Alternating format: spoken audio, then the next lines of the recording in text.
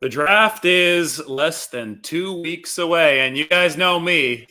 I'm always going to say the 49ers, as long as they're in their current state, need more help along the offensive line. So today, with the fact that the 49ers don't have a pick scheduled until number 61, which is late in the second round in mind, I've picked 3 offensive line prospects who might be available a little bit later on that the 49ers should be interested in. Obviously, there's a plethora of names that we can go through, which makes pre-draft analysis a big-time crapshoot.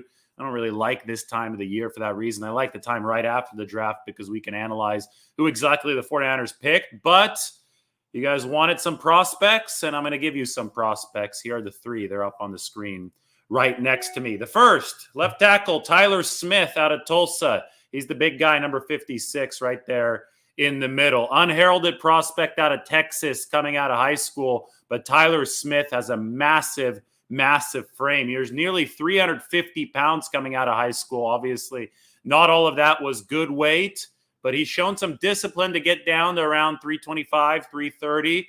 And, I mean, there's still a lot more to be able to be gleaned from Tyler Smith. He's a raw prospect. He had 16 penalties last year for Tulsa, 12 holding calls. Obviously, some of that technique is going to have to be ironed out. But if you're looking for moldable clay, which I think the 49ers might be looking for at that tackle position, because you just saw the video the other day of Mike McGlinchey. He looks like he's progressing well in his rehab.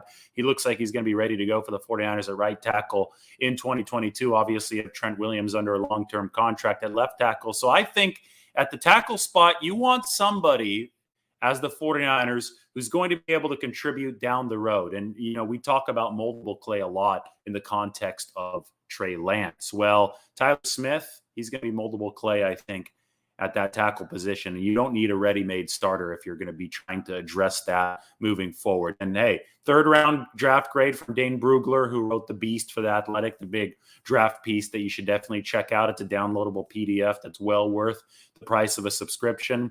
He might even go lower than the 3rd round just because there is significant, I don't want to say concern, but there are significant questions about how Tyler Smith will develop. But boy, you can't teach that size, 6'6", 330. There might be some, and you know, I don't want to project out too far, but there might be some positional versatility to guard. The 49ers do need that. But I think that Smith, when you look at the size, you look at a tackle, right? When you look at 6'6", 350, God. And maybe in the 49ers scheme, they want tackles who can get out into space and be a little bit more like tight ends and be able to block in that outside zone. So maybe you actually look at a guy like Smith and you compare him to Aaron Banks, who was also huge, 338 pounds at the Senior Bowl. And you say, hey, maybe he could be a mauler inside.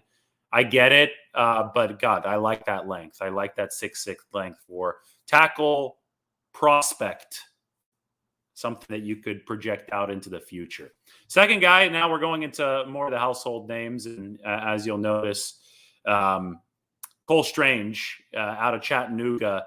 We're moving to centers now because I think that the 49ers, when you look at the state of this offensive line, Alex Mack, obviously at age 36, is a guy that's not going to be around forever. In fact, he hasn't even formally committed to playing in this 2022 season. I think we expect Alex Mack to be back. I think the 49ers expect Alex Mack to be back. It's looking increasingly likely by the day that's going to happen. He's training as if he's going to come back, but what a golden opportunity for the 49ers right now when you have your NFL center of the decade for the 2010s on your roster, still playing good football, but this is a cerebral position, and Alex Mack is a treasure trove of information. What an opportunity to pick a center and basically have him undergo an apprenticeship under Alex Mack. And to me, that's why the next 2 guys that I'm going to list here, out of our 3 offensive linemen, you know, more under the radar types that the 49ers might pick, I think should be centers. And Cole Strange out of Chattanooga is a center who flew under the radar. That's why he went to Chattanooga. He's from that Knoxville area. And you see him at the left of the screenshot just over my shoulder. Chattanooga is the same college where Terrell Owens went. And Cole Strange, if he is picked in the top 5 rounds, can become the first Chattanooga player to be picked in those first top 5 rounds since the 49ers selected Terrell Owens in the 3rd round back in 1996. Strange, unlike Tyler Smith, has a very efficient and athletic frame. I don't think there's an ounce of fat on his body that, isn't useful toward the offensive line position. You probably couldn't say the same thing about Tyler Smith at 350 pounds coming out of high school, which is why he showed some nice discipline to get down to 330. But Cole Strange is lighter. This guy has an efficient frame. This guy can move. He's a twitchy athlete, I think, that the 49ers would love in their zone blocking scheme. They obviously have preferred athleticism over sheer size in that offensive line room. The background for Cole Strange is exciting to me. He was a middle linebacker in high school. He was a defensive end in high school. And then in college, once he moved to offensive line, he was an offensive tackle and a guard before moving to the center position. We talk about how much brain power is needed for center. I did a big piece on Drew Dahlman last year, who's with the Falcons now, but he was a former Stanford center, son of former 49ers center Chris Dahlman.